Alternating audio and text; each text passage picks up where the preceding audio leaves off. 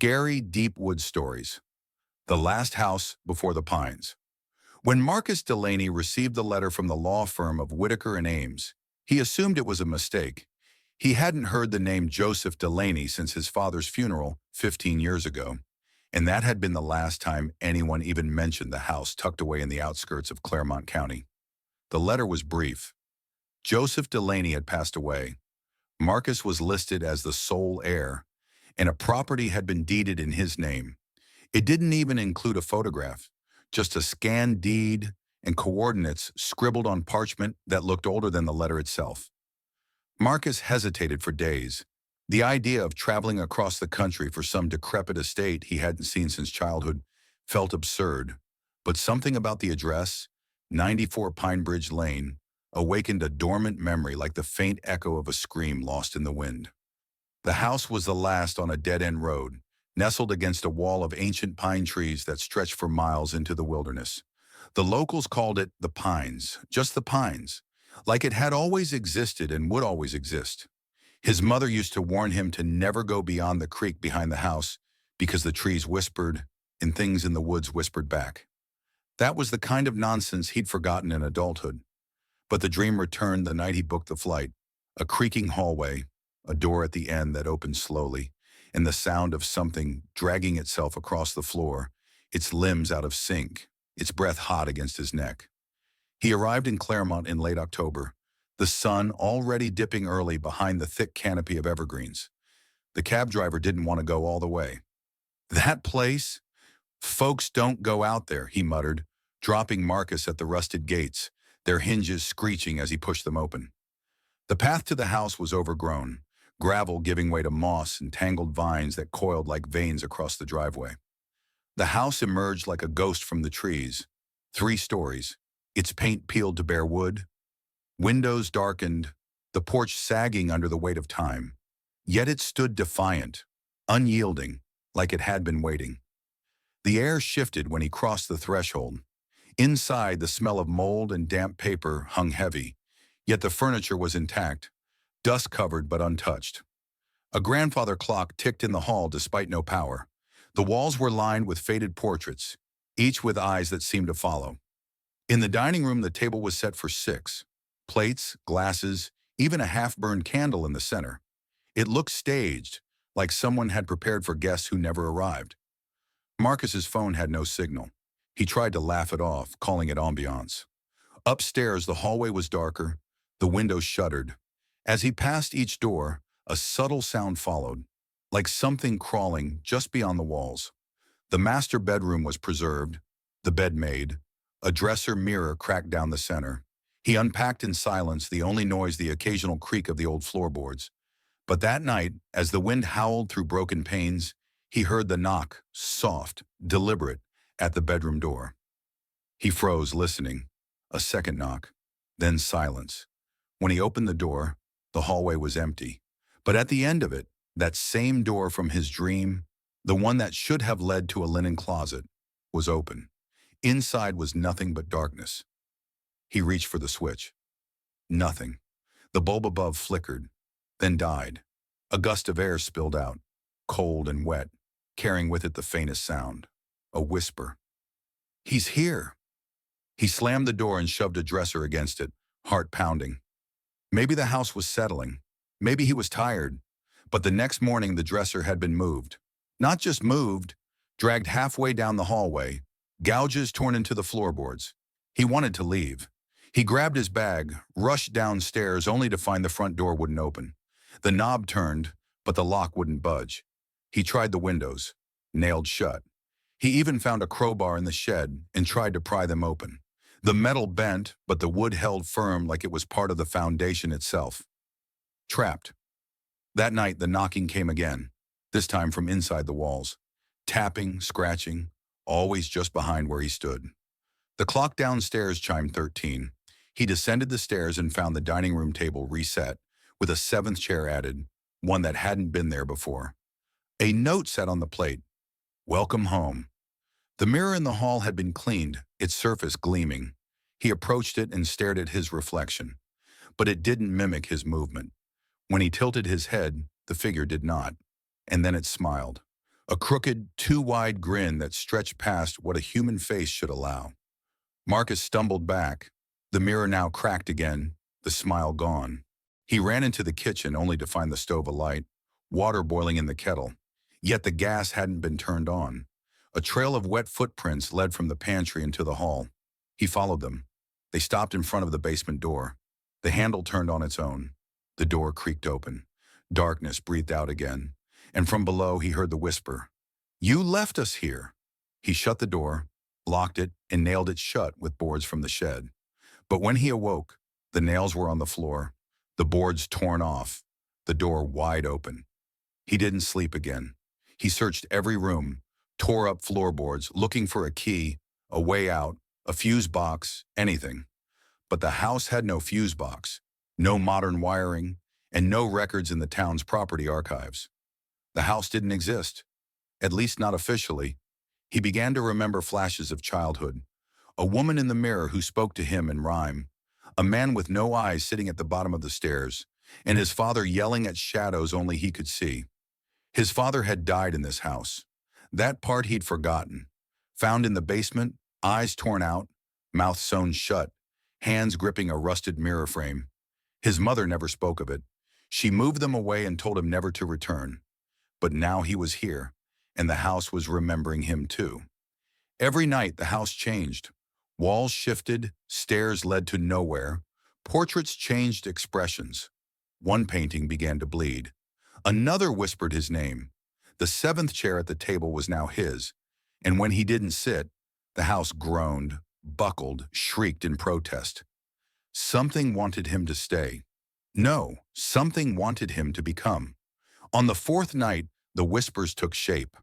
A woman in a white dress stood outside his bedroom, mouth open, eyes gone, pointing to the basement. She didn't move, didn't blink, only bled from the hands. When he shut the door, she was in the room.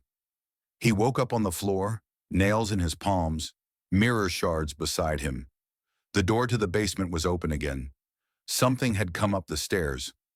Marcus hadn't moved from the floor in hours, his body paralyzed between fear and disbelief as morning light filtered weakly through the cracked shutters. Blood crusted his palms where the nails had pierced the skin, and though his heart beat like a war drum in his chest, his mind struggled to comprehend the line he had crossed. This wasn't a haunting. It was something far older, something that didn't just observe, but invaded. The house didn't creak with the weight of time. It breathed, a living, shifting entity that rearranged itself to confuse and entrap. He staggered to his feet, the memory of the basement door ajar clawing at his sanity. He crept to the hallway, praying it had shut again on its own, but no. The door remained open, wider than before. The darkness at the bottom of the stairs thicker than any shadow should be. A low hum emanated from below, not mechanical but vocal, as if someone, or something, chanted in reverse. He backed away, but the smell reached him. Earth, blood, rust, and something sour like rotting teeth. He fled upstairs, stumbling into the master bedroom and slamming the door. As soon as it shut, the mirror on the dresser flashed. His reflection was gone, replaced by a boy, maybe 10 years old, sobbing silently, his skin pallid, lips blue, wearing Marcus's childhood clothes. "Don't let them in," the boy mouthed, then turned and pointed behind him toward the window. Marcus spun around. The shutters were gone. The glass was gone. In its place, a wall of trees pressed right against the house, the pines themselves now clawing at the frame like fingers. The forest was moving. He turned back to the mirror. The boy was gone, replaced with his own reflection, but distorted, aged, grinning. His mouth opened in the reflection and whispered without sound. Marcus screamed and threw a blanket over it. That night he locked every door and window, though the act was ceremonial. What good were locks in a house that changed shape and whispered lies? He tried staying awake, downing instant coffee from the kitchen, but the house had other plans. The candle on the table relit on its own. The seventh chair creaked as if someone sat in it, and a slow, dragging sound came from above, from the attic, a place he had yet to explore. Around 3:17 a.m., the house went silent, utterly silent. No ticking from the grandfather clock, no groaning of wood, No wind outside. The silence was a warning. Then the mirror in the hallway shattered with a scream.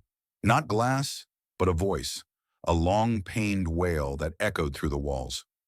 Marcus ran to the attic stairs, compelled more than curious, his feet moving without his permission. The door creaked open before he touched it. Inside, he found hundreds of dolls, some porcelain, others cloth, arranged in a circle around a full-length mirror draped in red velvet. He should have turned and left, but the whisper came again. "It's time." He reached for the cloth, pulled it down, and saw not himself but the woman again. Only now her mouth moved. One must replace the lost. Behind her, in the reflection, stood a long table with 7 chairs and the silhouettes of 6 figures, faceless, waiting. He turned. The attic was empty. In the reflection, the figures moved. The dolls turned their heads toward him all at once. He backed down the stairs, fell halfway, landed hard, and looked up to see the attic door slam shut. It wouldn't open again. At dawn, he found the front door wide open. The air outside was stale, the woods unnaturally still. He stepped outside for the first time in days. But the world beyond the house had changed. The sky was gray, not cloudy but ashen, like a dying fire. The trees formed a wall around the property, too dense to walk through. He tried running down the drive, but it only looped back to the porch. Again and again he ran. The house was an island, detached from reality. He returned inside, broken, and found the dining room chairs full. 6 figures sat at the table, humanoid but featureless, their skin waxy, their heads turning in unison as he entered. The 7th seat remained empty. His. The figure at the head stood and pointed at him. Its hand began to melt, flesh dripping like candle wax, revealing a skeletal claw underneath. Marcus turned and ran upstairs, but the hallway kept extending, the doors multiplying. He opened one, only to find the basement again. Open, calling. "You must see." He shut the door, opened another. It led to the attic. Another door. His childhood bedroom untouched. Toy trucks on the floor. A drawing of his family on the wall with one face scratched out. He began tearing through rooms, panting, screaming, until he found himself back in the master bedroom. There on the bed sat a photo album he'd never seen before. The cover read, "Delaney Family, Line of Sight." Inside were photographs of every Delaney from decades past. His father, his grandfather, even great-grandparents he didn't recognize. Each photo showed the same house, same setting. But the last page chilled him, an image of Marcus himself, taken from behind, standing in front of the mirror in the attic, though he had never posed for such a photo. Behind him in the photo stood the faceless 6. The final photo was blank, only his name written under it. A knock came from the window. He turned. A figure stood outside on the 2nd floor, hovering above ground, head tilted unnaturally. It opened its mouth, and from across the glass, Marcus heard the word, "Replace." He collapsed, eyes clenched. When he opened them, the window was intact, but there was blood dripping down the glass from the inside. That night the house sang. Low, guttural harmonies echoed through the pipes, beneath the floorboards, between the walls. Marcus could feel them vibrating in his chest, whispering ancient syllables he couldn't understand. He tried to write them down, but the words twisted on paper, forming shapes instead, symbols he vaguely remembered from his father's journals. He scoured the study and found an old safe behind a bookcase. Inside, a mirror shard wrapped in velvet and a journal titled Notes from the Edge. His father had written it, each page descending into madness, talk of mirrors as portals, of the seething place beneath the house, of beings that fed on memory and lineage. "The house remembers blood," he had written. "The pines are its roots. The mirror is its eye. It must see. It must replace." The final entry was dated 2 days before his father's death. "They want Marcus. I will try to trap them. If I fail, the mirror will call again."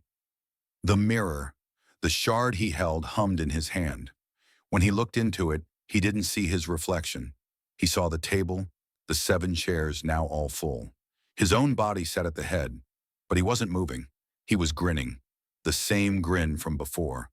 Too wide, wrong, and the eyes, not his eyes. Something else looked out through them. He dropped the shard. The house groaned in pleasure. Something had awakened. Marcus didn't sleep that night. He didn't even close his eyes, terrified that if he did, the version of himself in the mirror would take his place. He sat in the corner of the room, knees pulled to his chest, staring at the mirror shard lying on the floor, half wrapped in its velvet covering, like a cursed relic that still hummed with distant, wordless voices. The sound had not stopped since he'd looked into it. It pulsed in waves like breath, like the heartbeat of the house itself. The whispering didn't come from the walls anymore. It came from inside his skull. He tried to drown it out, blasting static through the old radio in the living room, pounding his fists against his ears, screaming until his throat bled. But the voice only grew calmer, clearer, more convincing. It was starting to sound like his father. It told him to go back to the attic. It told him the mirror could be closed or opened. The next morning, when the sky stayed the same colorless gray as the night before, he made a decision. He would destroy the mirror, or whatever it was. Armed with a fireplace poker wrapped in cloth and a trembling resolve, Marcus climbed the attic stairs. The air grew colder the higher he went, as though the attic belonged to a different climate entirely, one where breath came out in fog and time slowed to a crawl. The dolls were still in their circle, though now they faced inward, heads bowed, hands resting in their tiny laps like they were praying. The tall mirror remained draped in red. He approached slowly, each step creaking like it screamed in protest. He reached for the cloth, hesitated, and yanked it away. The surface rippled like water. His reflection stood perfectly still, but behind it, the 7 figures at the table had risen. They now stood around the reflection of him, hands extended. His mirror self opened its eyes wide, black, hollow. Its lips moved. "Let me in." Marcus raised the poker and slammed it into the glass. The surface didn't crack. It screamed. A howl burst through the room, so loud it knocked him backward. The dolls fell over in a synchronized thud, and the air rushed out of the attic as though the house exhaled all at once.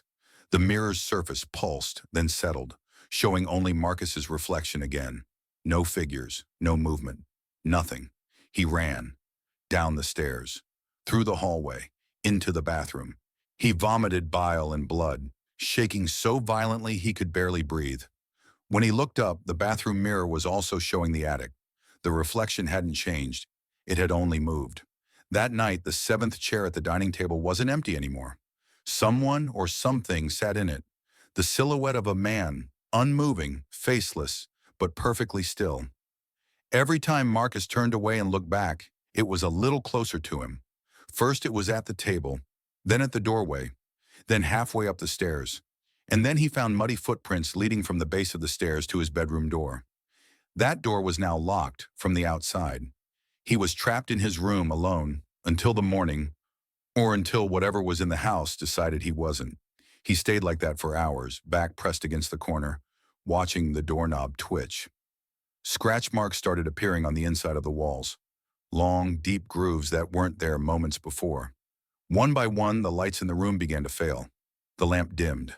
The ceiling lights sparked and popped. Darkness crept from every corner, dragging itself toward him like fog, until only a thin shaft of moonlight from the window remained. Then the whisper came back, right beside his ear. "You let it out." The door swung open slowly, creaking just once before revealing the hallway beyond. Now longer, stretched like a tunnel, with dozens of doors on either side.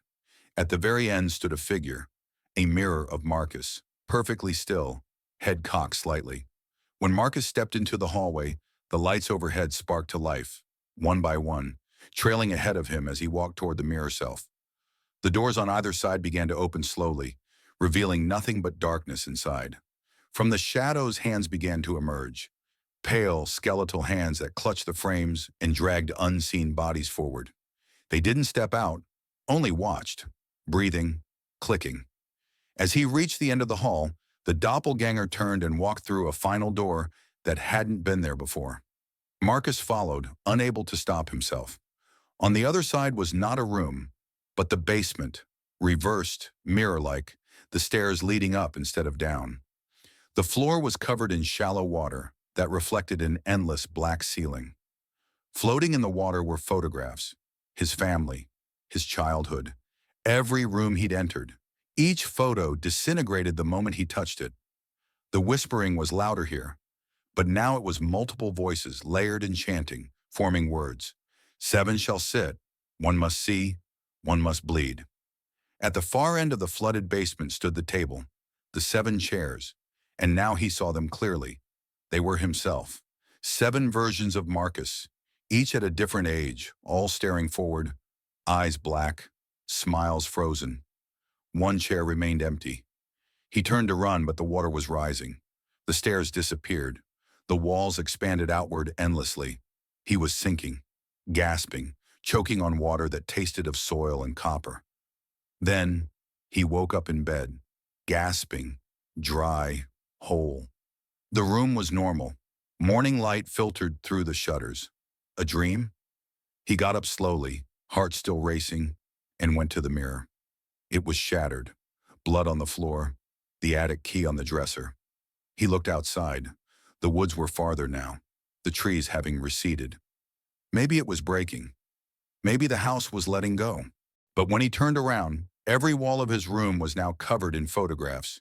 Each one was of him, sleeping, crying, screaming, and one in the center showed him standing in the attic, surrounded by 6 seated versions of himself, all reaching for his head.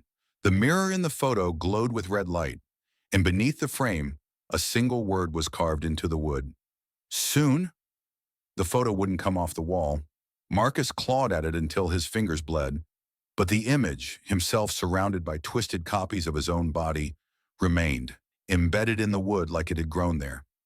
Every attempt to tear it away only made it clearer, sharper, and when he looked away, he could swear the figures in the photo moved just slightly. The worst part was the version of himself at the center. Eyes rolled back, mouth agape, as though caught in the exact moment his soul was being torn apart. The word soon beneath it began to darken, the ink, or whatever it was, seeping like fresh blood. It dripped down the wall, staining the others. The photo next to it, him as a child standing at the edge of a forest, cracked down the middle and began to curl inward, as if burning from within.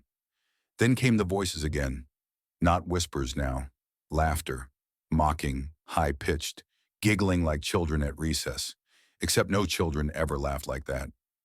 Marcus fled the room, slamming the door behind him, but the hall was different again, longer, more warped. Every light bulb above him flickered in unison like a heartbeat. The air was colder, too cold. His breath fogged instantly, and frost bloomed along the baseboards. He raced down the stairs, calling out for help, even though he knew no one was near. But the house answered, not with words but with sounds. Someone was pacing the kitchen, not walking, limping. The wet smack of feet hitting linoleum echoed through the silence.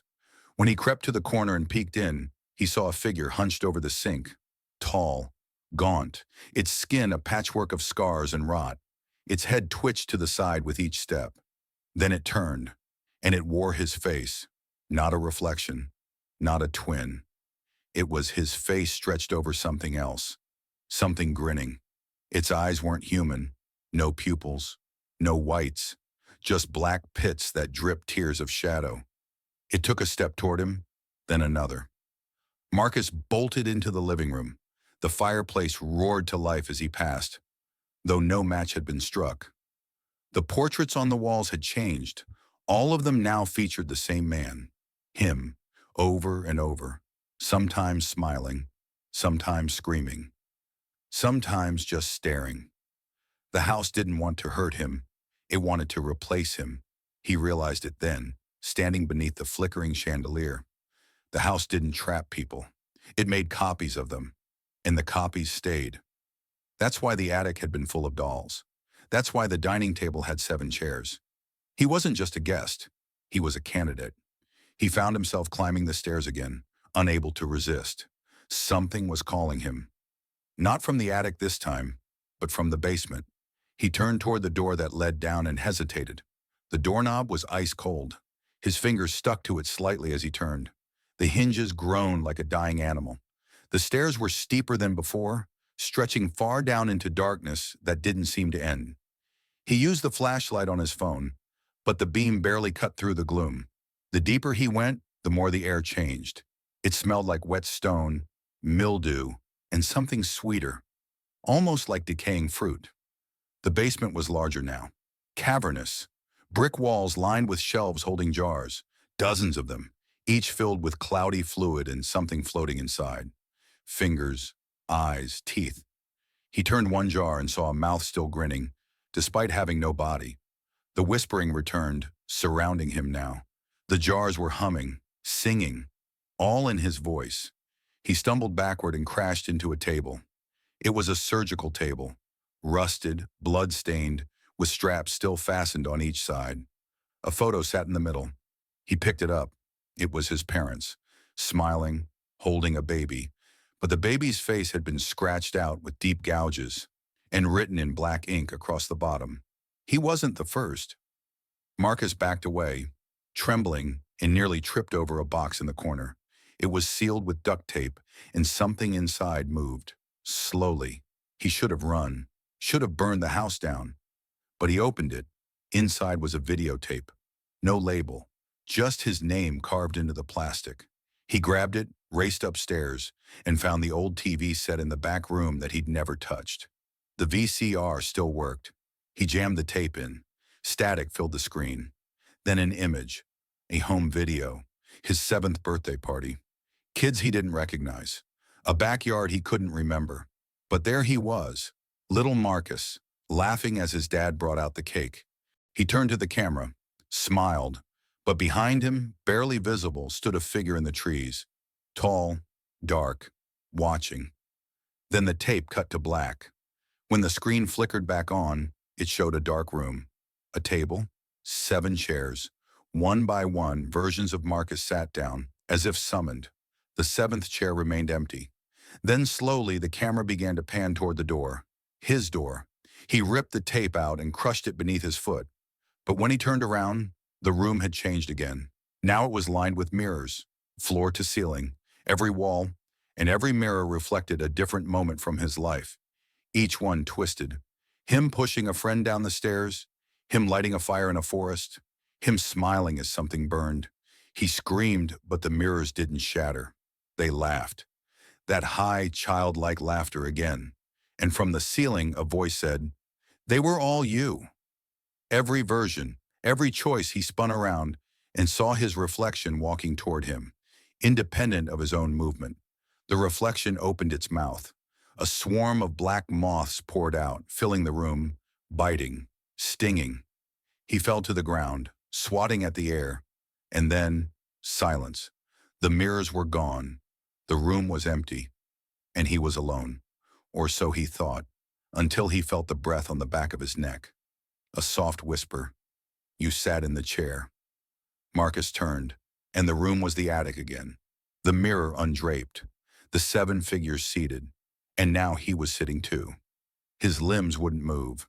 His mouth was sewn shut. The mirror glowed red. From within it, a hand pressed against the glass. His hand. The reflection leaned forward and whispered through the barrier, "One more to go." Then the lights went out. Marcus couldn't scream. His lips were sealed by invisible threads, stitched tight like the mouth of a corpse prepared for burial. Panic surged through every inch of him, a deafening roar in his mind as he sat, paralyzed in the attic chair, surrounded by the 7 grotesque figures, each one a version of himself, yet subtly wrong. One had eyes too wide, glistening with a milky film as if they had never blinked. Another had a gaping hole where the nose should be, breathing audibly through the empty cavity. The rest twitched sporadically, tapping fingers, jerking their heads like broken marionettes caught on invisible strings. They stared at him, grinning with mouths too wide, teeth too many, all waiting. The mirror at the front of the room glowed with a sickly crimson light, pulsing like a heartbeat. Something stirred within it. A silhouette paced behind the glass, distorted, tall, hunched, its movements fluid and alien. Marcus felt something pulling at his chest, not physically, but spiritually, like a thread being unraveled from within his soul, tugging toward the mirror. He thrashed in the chair, but the invisible bindings held. His heart pounded so hard it hurt. One of the doppelgangers leaned forward and whispered, "It's almost done. Just a little longer." The attic around them started to crack. The wood warped. Nails creaked. The ceiling bled tar from the beams. And then the mirror shattered, not with sound, but with silence, a vacuumed implosion that stole every decibel from the room. In its place, a doorway appeared, pitch black, infinite. The figures rose from their chairs in unison and began walking toward it, stepping into the void without hesitation. As the last one reached the threshold, it turned back to Marcus, smiled and whispered, "Thanks for finishing what we started." Then it vanished. The bindings vanished. Marcus fell forward, gasping, the invisible stitches melting from his mouth like wax. He scrambled to his feet, trembling, as the attic returned to normal. The mirror gone, the chairs empty, dust reclaiming everything. He stumbled down the stairs, tripping over his own feet, desperate to get out. The house didn't try to stop him this time. It let him leave. He burst through the front door and collapsed on the grass, gulping fresh air under a darkening sky. The woods whispered. Wind howled, but he didn't care. He was free, or so he thought. Back in his apartment that night, Marcus refused to sleep. He paced for hours, watching shadows, waiting for something to change. But nothing did. No whispers, no reflections, no more twisted doppelgangers. Weeks passed, then months. The nightmares stopped. His life returned to a strange semblance of normal. Until he received the package. No return address. Just his name written in red ink. Inside was a photo. The attic, 7 chairs, all empty except one. And in that one chair sat a boy. Young, pale, dead eyes staring straight at the camera. Behind him, reflected faintly in the mirror, was Marcus, only he wasn't looking at the camera. He was looking out of the mirror, and he was smiling. The next morning, he drove back to the property. The house was gone, burned to the foundation, charred earth where the porch once stood. A for sale sign leaned against a tree, faded and half buried in leaves. A neighbor walked past and told him the place had burned down years ago, long before Marcus ever arrived. But he had stayed there. He remembered staying there. He remembered the sound of his own voice whispering from the vents, the echoing cries from the walls. None of it made sense. He went home. He tried to forget. But then the mirrors started acting strange. His reflection would lag behind, smiling a moment too late, blinking out of rhythm. He smashed them all, replaced them with covered frames. But reflections found other surfaces, windows, dark TV screens, puddles in the street. His face stared back at him from every surface. Only it wasn't his anymore. It was the one from the attic. And the whispers returned, this time from within, inside his head, telling him what to do, telling him who to find, who to bring. One night, he awoke to find his apartment filled with fog, a thin, creeping mist that came from the vents, the sink, the walls themselves. He walked through it like a sleepwalker, drawn to his bathroom. There, in the mirror, the attic was visible again. He reached out. His fingers touched cold glass, then passed through. The world turned upside down.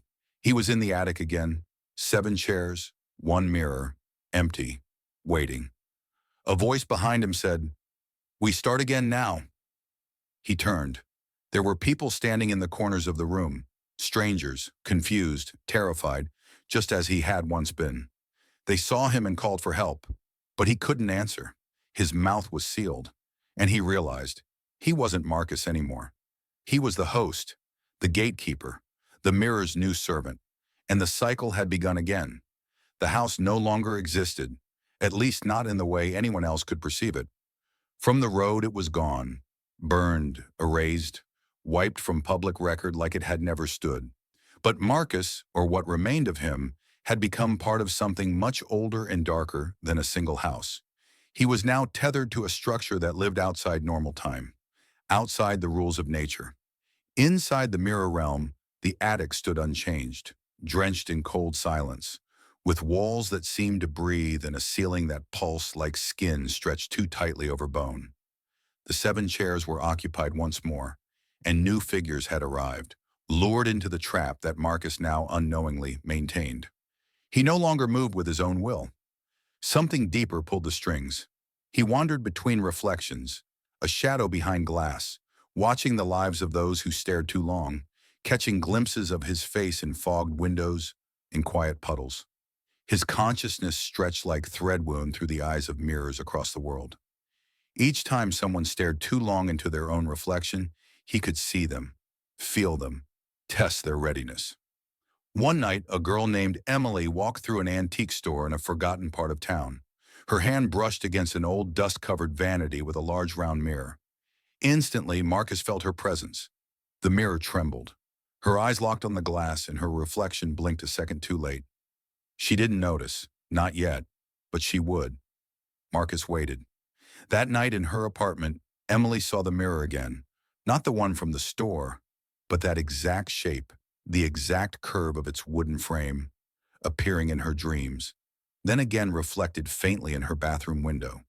She dismissed it as stress, hallucination. She lived alone, overworked, sleep-deprived. That's what she told herself. But the signs escalated. Her reflection would sometimes smile when she didn't. It would tilt its head while she stared straight. It watched her from within the glass, and Marcus stood behind that gaze closer each time. One evening, after a particularly vivid nightmare of a burning house in the woods and screaming behind walls, she returned to the antique store, only to find it abandoned, boarded up, no sign of the mirror. But when she got home, it was waiting, sitting in her hallway like it had always been there, dusty, familiar, with her name written in condensation across its surface. Marcus stepped forward in the reflection. He was behind her, though when she turned, no one was there. But she had already been marked. That night, Marcus came through the mirror. Not physically, not entirely. Just his essence, his whisper, his influence. Emily's eyes turned glassy. She walked to the mirror and touched it, her fingers vanishing into the surface like dipping into water. The attic welcomed her. 7 chairs, a circle. Empty but waiting. She screamed, but no sound came. The door behind her vanished, the mirror turned black, and Marcus stood in front of her now, fully formed, no longer just a shadow. "You're the 8th," he said, voice hollow. "We only needed one more." But that wasn't true. There was always another, always a new face, because the attic was a prison and a lure, both. It fed on fear, reflection, memory, regret, and the more souls trapped inside it, the more power it gained. Outside in the real world, a boy named Jonah was filming a video for his horror YouTube channel. He'd heard urban legends about the burned house, stories of people going missing, of reflections acting strange. He didn't believe in ghosts, he believed in clicks. So he drove to the location, just woods now, and began filming. But his camera glitched. The screen turned black. When it resumed, it showed a house that wasn't there. Not to his eyes, but on the camera, a porch, a front door, windows, a shadow in the top floor. His heart raced. He checked the lens, the screen. Nothing was wrong. The house was just there. He walked forward and suddenly stood on the porch.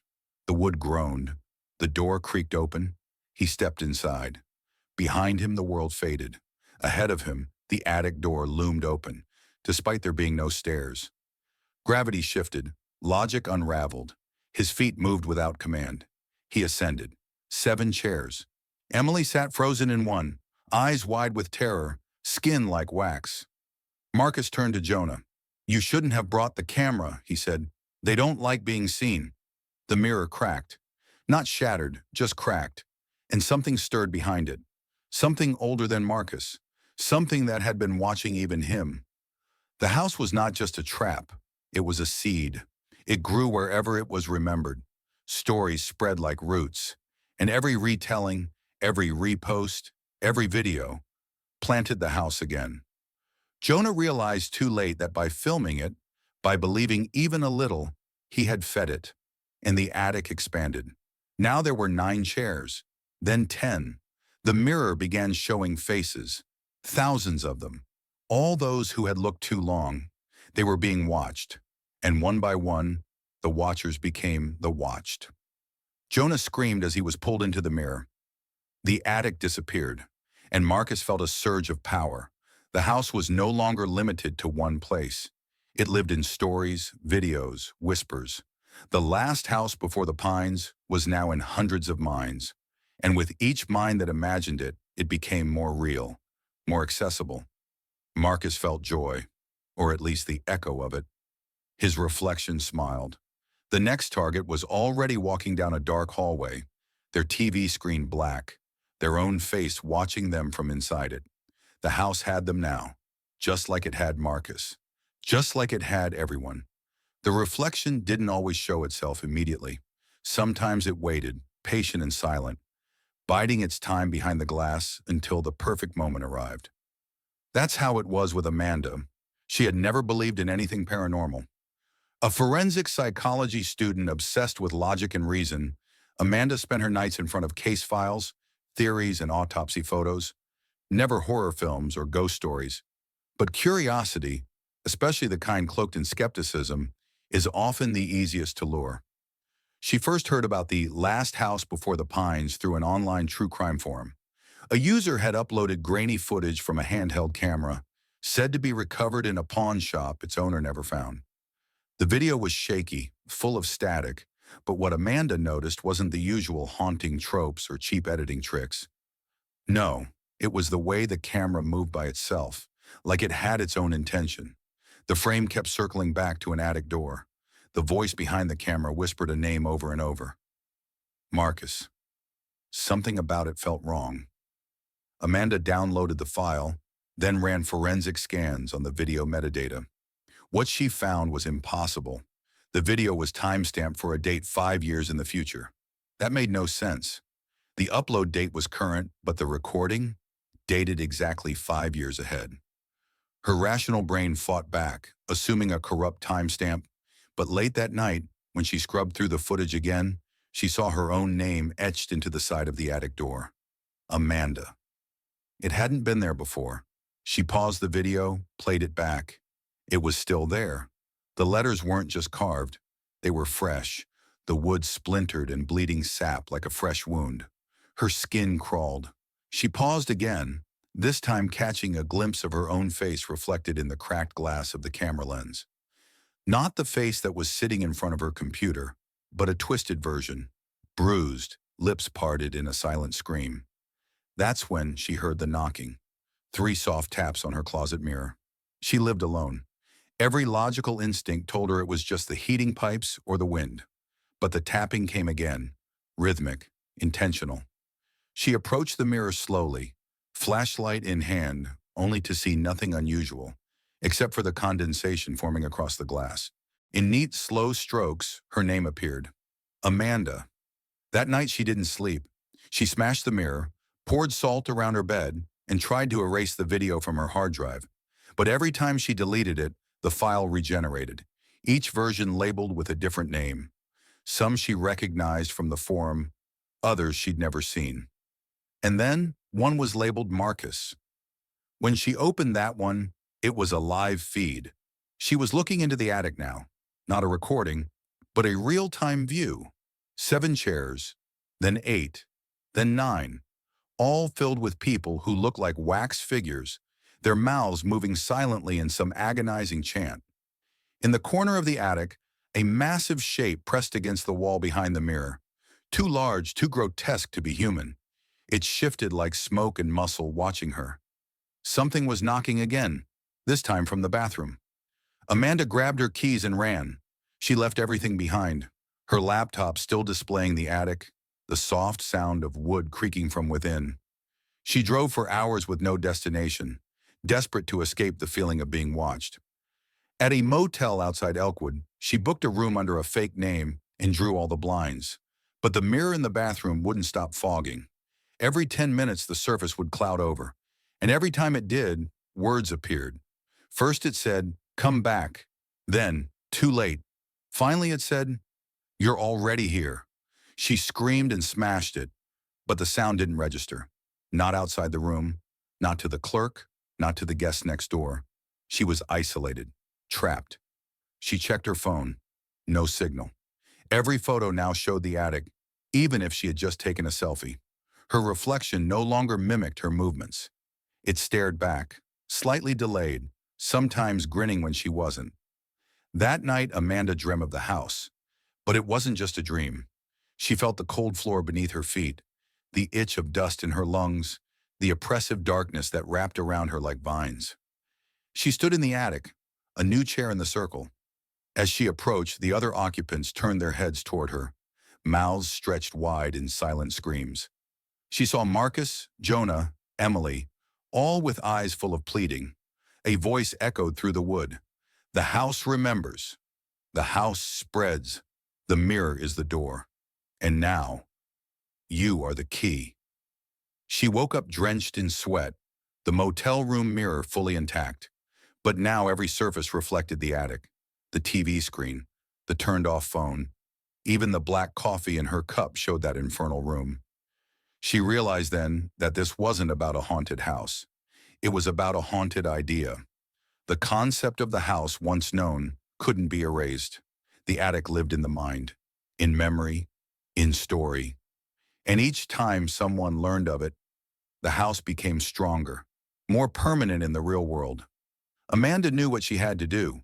She had to cut off the chain. She had to stop the spread.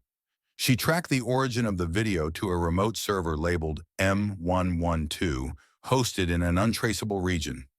It wasn't a file anyone uploaded. It was generated, self-propagating, like a virus that adapted and evolved. She built a code to lock the data and prepared to destroy it. But as she hit execute, the screen flickered. A message appeared. "I know what you're doing, Amanda. It won't help. You're already in the chair." The room turned cold. Her reflection turned to face her and whispered something soundlessly. Behind her, the closet door creaked open. The smell of burnt wood filled the air. She turned, but saw only darkness. Then came the voices. Dozens. Chanting. Whispers from mirrors. Screens. Windows. 10 chairs, they said. One more to complete the circle. Amanda's scream was never heard. The motel staff found her room abandoned. Mirror cracked, but no sign of her. The file was gone too, at least temporarily. But 3 days later, a new video surfaced on the same forum. It was titled "The Last House Before the Pines." Real footage. The thumbnail showed a familiar attic, a familiar girl, and her name was Amanda. Comments poured in. Shares spread like wildfire. And with every view, the attic opened its door a little wider. The video stirred something far deeper than fear. It was an invitation and a warning wrapped into one. Viewers felt compelled to watch, despite every instinct screaming to look away. Amanda's image flickered across the screen, her face pale, eyes hollow, but alive with a desperation that haunted the edges of the frame. They said the attic was cursed, that it fed on curiosity and loneliness, and now it had a new prey, those who dared to click play. Among the viewers was James, a journalist known for debunking supernatural tales, a man armed with facts and reason. When he saw Amanda, he scoffed, assuming the video was a clever fabrication, some viral marketing stunt for a horror film or an ARG game. But curiosity, like Amanda's before him, was the first step down a dark path. James downloaded the file, isolating it on a device disconnected from the internet. But as he played the footage, his phone rang, though it was off the hook. A whisper came through the static. "Don't watch." Shaking his head, he muted it and pressed pause. But the screen blinked on its own, revealing the attic door once again, this time with the word James carved beneath Amanda's name. Goosebumps rose across his skin. The room temperature dropped. Shadows crawled beneath the walls like ink spilled on parchment. He tried to shut the laptop, but couldn't. The power button was unresponsive. The voices started then, soft at first, then growing louder. The faint sound of multiple people chanting, calling names. "James! James!" They echoed through the room, and suddenly the mirror opposite him fogged up. Letters appeared. "Join us!" He turned to flee, but found the door slammed shut. The only escape was through the glowing screen. The attic circle of chairs grew, each occupied by faces distorted by pain and terror, reaching out as if to pull him in. His breath hitched, his vision blurred. He felt himself drawn toward the screen, a magnetic pull growing stronger with every heartbeat. James screamed, but no sound escaped his lips. Then, the reflection in the mirror shifted to show a new figure, a man with wide eyes and a frozen expression. James. The attic claimed another soul, the circle of 10 completed once more. Meanwhile, back in town, whispers of the cursed video began to spread. People spoke in hushed tones about disappearances, strange phone calls, and mirrors cracking spontaneously. The local sheriff, an old skeptic himself, tried to dismiss the rumors, blaming mass hysteria. But even he found himself avoiding reflective surfaces and muttering strange names in his sleep. Meanwhile, online, the video was banned repeatedly but reappeared under new accounts, new titles. Some viewers claimed to see figures standing behind them in their screen's reflections. Others found their homes filled with faint, unexplained tapping sounds and whispers drifting through vents. A psychologist studying mass hysteria found herself drawn into the mystery after dreaming of the attic. Her dreams became so vivid she woke gasping for air, certain she'd been trapped in that circle of chairs. She started writing notes, trying to understand the link between the video, the dreams, and the growing number of disappearances in nearby towns. The attic was no longer just a place, it was a spreading sickness, infecting minds and pulling people into a nightmare realm. It was becoming unstoppable. And deep within the forest, the last house before the pines stood silent, waiting for the next soul to stumble into its grasp. The mirror on the front porch reflecting not the world around it, but the darkness within. James, Amanda, and countless others became warnings carved into the walls of a digital hell, stories told through distorted pixels and haunted screens. The question lingered in every whispered conversation and every flickering reflection. Who would be next to sit in the circle? Who would become the key to unlocking the house's eternal curse? No one who watched could say no, because once you see the mirror's curse, it sees you back. As rumors spread and fear mounted, a small group of online investigators banded together, determined to unravel the mystery behind the attic video and the cursed house. They called themselves the Seekers, a name whispered in dark forums and encrypted chat rooms. Their leader, a tech-savvy woman named Lila, was obsessed with the idea that the house and the video were linked through some kind of ancient, malevolent technology, a supernatural virus infecting reality itself. Lila gathered footage, testimonies, and fragments of the cursed video, analyzing every pixel and sound wave. She discovered hidden codes encrypted within the audio, frequencies that seemed designed to manipulate the human mind. The deeper she dug, the more personal the attack became. Strange glitches haunted her devices, shadows flickered in the corners of her vision, and the mirror in her apartment started showing fleeting images of the house. One night, as she streamed her findings live to her growing audience, her screen cracked and an unearthly scream erupted from her speakers. Viewers froze in terror as Lila's reflection twisted into something monstrous. The feed cut out. Days later, Lila vanished without a trace. Meanwhile, in the town near the woods, the disappearances grew more frequent. People reported hearing faint voices calling their names from the forest, feeling invisible hands brush their skin, and waking up to find strange symbols carved into their doors.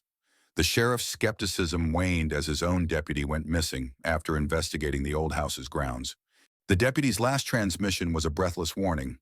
The house, it's alive, and it wants more. In desperate attempts to stop the spread, the local church held midnight vigils, their prayers echoing into the woods. But the forest swallowed their voices, twisting their words into sinister chants that seemed to empower the house's dark presence. One by one, the vigils faltered, and the church doors were found scorched, the altar desecrated with blackened symbols. As the town teetered on the edge of madness, a mysterious figure arrived, a historian named Dr. Elias, claiming to have knowledge of the house's origins. According to ancient texts, the house was built atop a rift between worlds, a gateway where lost souls and dark entities crossed into our reality. The mirror, he explained, was the rift's anchor, reflecting not just the present, but fragments of a twisted otherworld. Dr. Elias warned that the only way to break the curse was to confront the house itself, to enter the attic and destroy the mirror. But he cautioned that none who attempted had ever returned. Undeterred, a desperate few volunteered for the mission. Armed with ritual tools and protective charms, they stepped into the forest. shadows creeping around them like living smoke. The path grew darker, trees seeming to bend inward, blocking out the moonlight. Whispered voices teased them from every direction, playing on their fears, dredging up painful memories. As they reached the house, the door creaked open, inviting them inside. The air was thick with the scent of decay and cold metal. Upstairs, the attic door loomed, cracked open just enough to reveal the mirror's gleam. Inside, the circle of chairs awaited, empty but echoing with unseen presence. The team prepared their rituals, chanting ancient incantations meant to sever the connection between worlds. The mirror shimmered violently, ripples spreading across its surface like a dark storm. Suddenly, the reflection morphed into 1,000 faces, each screaming silently. Shadows burst forth, engulfing the room in a suffocating blackness. Panic surged, and one by one the team members vanished, swallowed by the darkness. Only one remained, clutching a shard of the broken mirror. In that moment, the mirror's curse reached out and pierced through the shard, its tendrils wrapping around the survivor's mind. The house claimed another soul, the rift sealed tighter than ever. The forest grew silent once more, waiting patiently for the next curious visitor. And the mirror's curse continued to spread, an eternal nightmare reflected in every broken shard and whispered name. The sole survivor, Claire, staggered out of the house clutching the jagged shard of the mirror, her mind fraying under the weight of the curse that had latched onto her soul. The forest around her was deathly silent, as if nature itself was holding its breath, waiting for the next move. Every shadow seemed to twitch with malicious life, every rustle a sinister whisper. Her footsteps were unsteady, the world around her bending and warping, reality and nightmare blending into an indistinguishable blur. The cursed shard pulsed with cold energy in her hand, and with every heartbeat, Claire felt it gnaw deeper into her mind, whispering promises of power and madness. But she was determined. If the house and its mirror were the source of this evil, she had to end it. She remembered the words of Dr. Elias, the historian. To destroy the mirror was to sever the rift, to close the gateway forever. But how? The mirror was shattered, scattered across realms, and the curse seemed to thrive in the fragments. Claire sought help from an unlikely ally, a reclusive medium named Jonas who lived in a nearby town. Jonas was rumored to communicate with spirits trapped between worlds, a man both feared and respected for his uncanny powers. When Claire showed him the shard, Jonas's eyes widened in recognition and dread. He explained that to break the curse, Claire must gather all the shards, each held by lost souls ensnared by the mirror's dark magic. Only by reuniting the shards in a ritual at the heart of the forest could the rift be closed. The task was nearly impossible. The shards scattered across different planes of existence, guarded by malevolent entities feeding on fear and despair. But Claire had no choice. Together, she and Jonas embarked on a harrowing journey beyond the veil of reality. They navigated twisted corridors of shadow and time, confronting phantoms of the past and echoes of forgotten nightmares. Each shard they retrieved came with a toll, a fragment of Claire's sanity, a glimpse of horrors no mortal should witness. Meanwhile, back in the town, strange phenomena intensified. The woods seemed to breathe, the wind carrying ghostly laughter, the night skies bleeding unnatural colors. The townsfolk lived in constant dread, barricading their homes and whispering prayers to keep the darkness at bay. As Claire and Jonas completed the final shard, the forest itself erupted in a crescendo of dark energy, the rift pulsating like a monstrous heartbeat. The ritual began, chants rising against the oppressive silence, light and shadow clashing in a cosmic battle. The mirror shards glowed with searing light as they merged, a portal trembling on the edge of collapse. From the rift poured a torrent of tortured souls and shadowy forms, desperate to break free, their screams filling the air. Claire stood firm, channeling every ounce of will and strength to hold the gateway shut. The final moment came with a deafening silence, a blinding flash, and then peace. The rift sealed, the mirror's curse shattered forever. Exhausted and broken, Claire collapsed among the ancient trees, the forest now still and calm. The darkness had receded, but the scars remained, in the land, the minds, and the souls of those who survived. Stories of the last house before the pines would fade into legend, whispered warnings for generations to come. But Claire knew the truth. Evil may be bound for now, but the shadows in the deep woods never truly vanish. They only wait for the next foolhardy soul to awaken them once more.